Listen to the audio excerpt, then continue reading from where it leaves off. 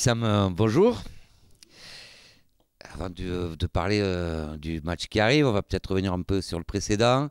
Un match compliqué, finalement vous en sortez pas si mal, vous pouvez le perdre ce match à Lanester.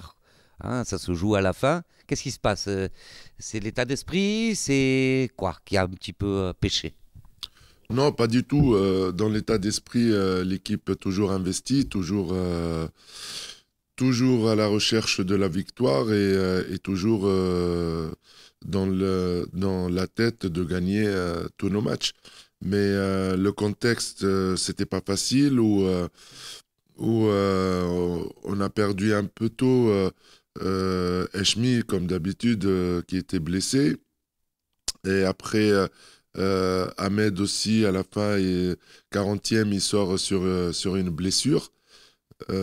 Après, je reviens sur surtout le point qui est remarquant, c'est l'efficacité au shoot où on tombe sur un gardien en bon jour et on rate 6 de mémoire 7 mètres et 8 tirs sur le poteau. Donc, on n'a pas eu de chance malgré qu'on a eu des solutions et on n'a pas su les mettre au bout.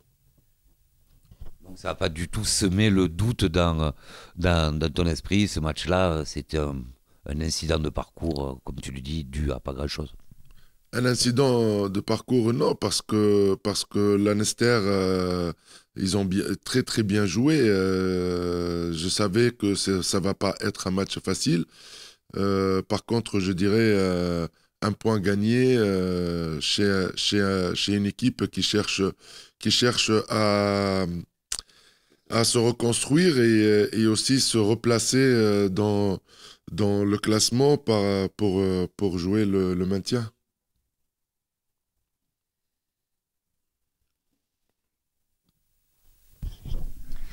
Bonjour Issam. Bonjour. Passons à Mulhouse. Comment tu perçois cette équipe par rapport au match aller? Est-ce que tu as senti des évolutions chez eux? Est-ce que tu les crains en tant que dauphin, forcément un petit peu, j'imagine? On craint personne déjà. C'est un match, c'est une belle affiche. Le premier contre le deuxième.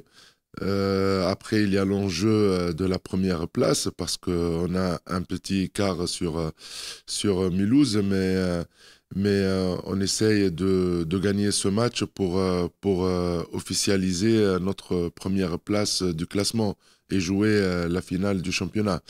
Mais c'est un très beau match. Mulhouse va jouer sa dernière carte pour espérer la première place et aussi elle est dans la course pour la montée avec les concurrents derrière comme Cournant. Pour parler de ça, t'es sûr que Mulhouse veuille jouer la montée? Parce qu'on entend des choses aujourd'hui. Bon, à la limite, toi, tu t'en préoccupes pas, ça t'intéresse pas, mais bon, t'en saurais un peu plus ou pas? L'essentiel, nous, on est en Pro League, tout ce que je sais, la saison prochaine. Après, par rapport à ça, sportivement, on va parler sportivement parce que vu le classement, ben, Mulhouse, elle est dans la course de la montée avec Cournant parce que c'est les deux équipes avec le statut VAP qui sont pas loin de la montée. Et après, tout ce qui est extra sportif, ça revient au club, donc ça nous regarde pas un peu. Oui, sauf que ça peut influer parce que si l'équipe sait qu'elle ne va pas monter, ils vont peut-être pas tout jouer à fond, mais bon, voilà. Voilà. Je pense pas parce que on voit très bien l'évolution de l'équipe Mulhouse depuis la défaite contre nous chez eux. Donc, elle a fait une très très belle remontée. Ils se trouvent aujourd'hui à la deuxième place. Ça veut dire pour moi qu'ils ont des ambitions sportives importantes. De mémoire, la dernière défaite, c'était contre nous chez eux. Depuis, ils ont enchaîné, depuis novembre, ils ont enchaîné que des victoires ou parfois des matchs nuls.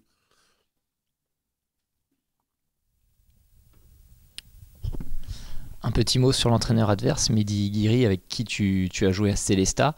Il y a quelques temps, il donnait une interview en disant que tu étais le meilleur joueur avec lequel il avait joué. Toi, quel souvenir tu as de lui en tant que joueur et est-ce que tu as suivi son parcours en tant qu'entraîneur également?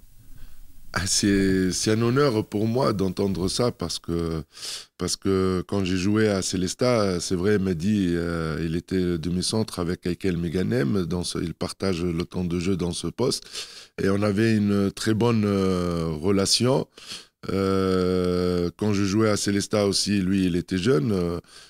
Aujourd'hui, on se trouve dans la costume d'entraîneur et ça me fait plaisir toujours de rencontrer des anciens avec qui j'ai joué, j'ai partagé des bons moments.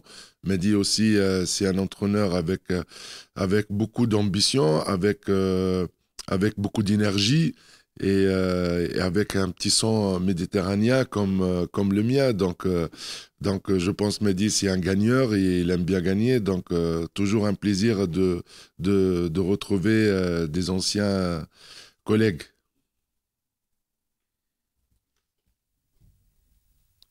Qu'est-ce qui fait la force de cette équipe de Mulhouse, là, effectivement, qui reste sur une série impressionnante? C'est quoi, à ton avis? Bah, c'est une équipe qui joue bien collectivement. Collectivement, ils ont une très bonne relation avec les pivots, avec deux éléments importants en attaque sur la base arrière, qui est Claire et Poyanou.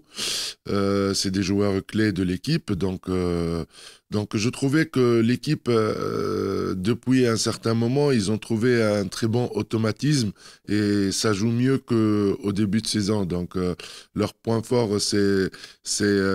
aujourd'hui, ils sont situés dans la troisième meilleure défense du championnat. Et ça, je pense que l'équipe a su bien travailler pour en arriver là. Donc, il y a une nette progression dans leur jeu et aussi avec des très bons individus. Tu espères et tu imagines, ou tu en sais déjà peut-être un peu plus, que le Haras sera plein pour la venue de Mulhouse. Il y a de bonnes nouvelles du côté des réservations. J'ai pas beaucoup d'infos sur ça, mais je sais qu'il reste encore des places à vendre. Comme j'ai expliqué, c'est une très belle affiche. Le premier contre dixième avec un grand enjeu pour les deux équipes.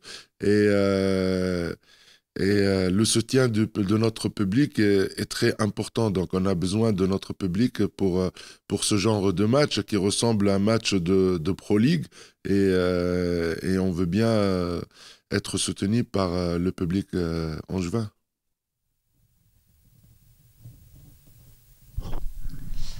Côté infirmerie, est-ce que tout le monde a bien récupéré du match de Lanester? Tu faisais référence à deux joueurs juste auparavant. Est-ce qu'ils pourront être de retour? Écoutez, on travaille pour ça. En ce moment, bah, il y a encore des petits soucis par rapport à quelques joueurs.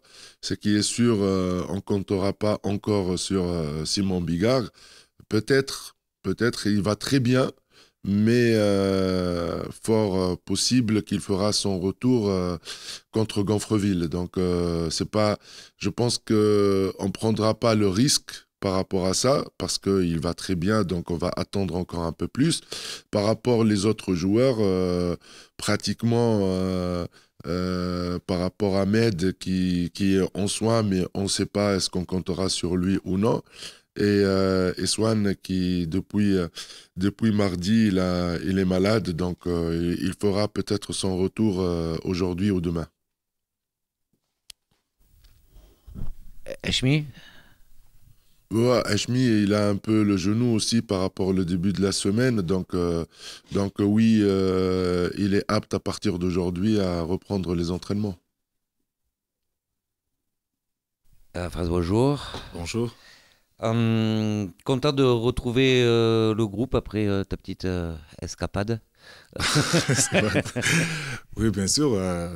Tout ça pour parler de ta petite escapade surtout. Oui, bien sûr. Je suis toujours content quand j'être là avec les mecs. Bon, j'ai passé une très belle 6 jours. Un très bel stage. J'ai passé un très bon stage. Mais c'est bien de retourner en maison là. on va revenir un peu plus sur ce stage. Donc, on en avait parlé avant. Ça fait plaisir, sur la confiance qui t'a été apportée, hein, de te retrouver dans ce groupe-là, dans une année qui commence à être importante. Hein. Les jeux, enfin, il y a la CAN, il y a les jeux qui se profilent à l'horizon. Tu t'es senti vraiment bien dans ce groupe, tu as envie d'y rester, la question est bête, tu as envie d'y rester, mais oui, ça s'est bien passé ce stage. Ouais. Oui, bien sûr, toujours j'ai le plaisir de porter le maillot de l'équipe nationale. Comme je t'ai dit, j'ai passé un très bon stage. J'ai trouvé des mecs que j'ai pas vus pendant un bon moment. J'ai toujours l'honneur et le plaisir de porter, comme je t'ai dit, de porter le maillot de l'équipe nationale. Et après, on est en train de préparer pour l'échéance de la CAN en Égypte. Elle est belle, cette équipe de Tunisie qui arrive là? Oui, pour le moment, il y a trop de changements. Il y a beaucoup de changements. Il y a beaucoup de changements. Il y a beaucoup de jeunes joueurs qui ont toujours aussi le plaisir de porter le maillot de l'équipe nationale. Donc, retour au SCO, aux affaires courantes. Ce match à Lanester, toi, ton ressenti sur ce match, on vient d'avoir celui du coach. Et toi, qu'est-ce que... ouais, Lanester a fait un bon match. Un gardien en transe, ça se joue effectivement là, selon toi, oui? On sait dès le début que le match de Lanester, ce n'est pas un match facile. Ils ont compté sur des jeunes joueurs, des nouveaux joueurs. Ils ont bien joué. Mais nous aussi, on a raté notre match. J'ai dit on a raté notre match avec, comme je t'ai dit, avec 5 ou 7 mètres ratés. On ne compte pas les tirs sur les poteaux, les tirs ratés tête à tête. Tu ne peux pas gagner avec ce nombre énorme de ratages.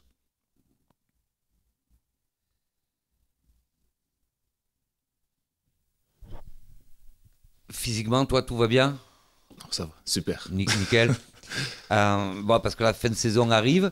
Est-ce que, même pour vous qui êtes des nouveaux joueurs, il y en a beaucoup hein, dans ce groupe, l'idée de rapporter un titre au SCO, qui serait le premier du SCO, puisque avant c'était un autre nom de club, hein.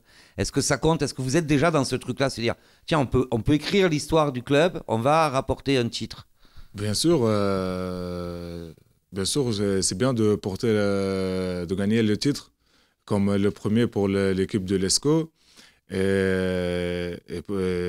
Avec ça, on va inscrire notre nom de l'histoire de l'ESCO comme un premier titre pour eux.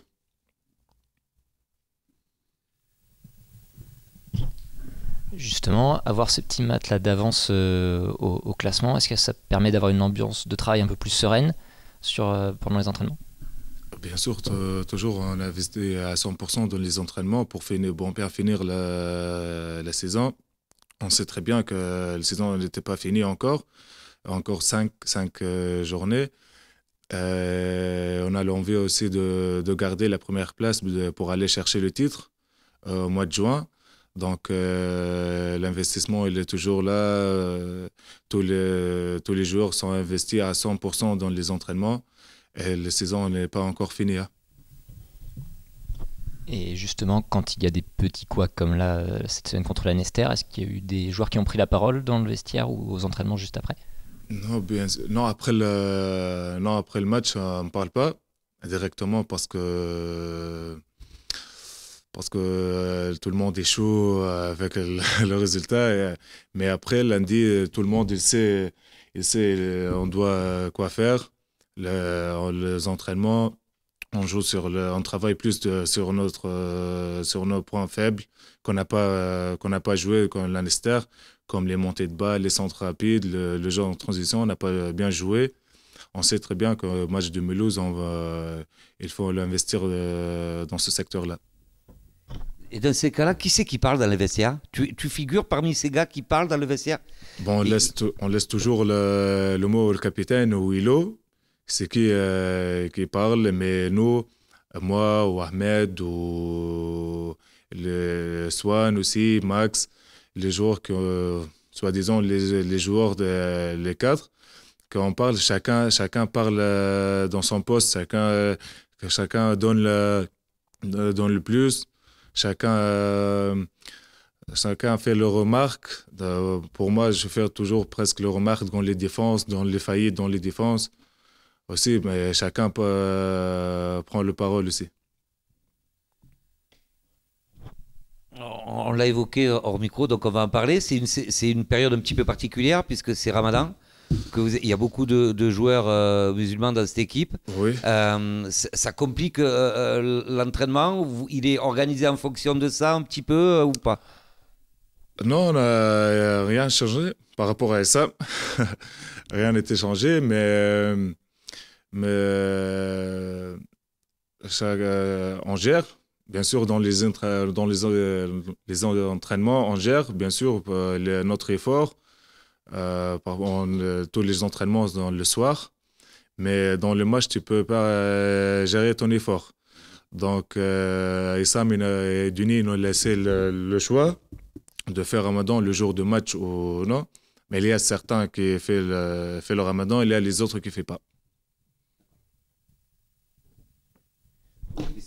Il faudrait que vous mangez, là ce week-end, si je parle de ce week-end, il faudrait manger à partir de quelle heure? De 20h30 Ouais, après le match. En plein match, quoi. Ouais. Donc, comme je t'ai dit, on a Issam et Duni, on a laissé le choix de si on fait le jour de match ou on ne fait pas. Je t'ai dit, certains qui ont fait, certains non.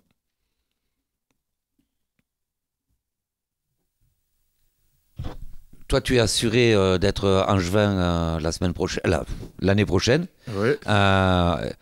Assuré donc maintenant d'être en Pro League. Donc, cette première partie de vie à Angers est super pour toi. Oui, bien sûr, c'est super. C'est super de monter, c'est super de gagner le titre. On espère d'aller chercher de gagner le titre. Mais aussi, j'ai hâte de voir l'équipe en Pro League. On sait très bien, c'est une autre ambiance en Pro League. C'est des matchs plus chauds qu'en N1. Bon, j'ai hâte de voir ça. Nous aussi.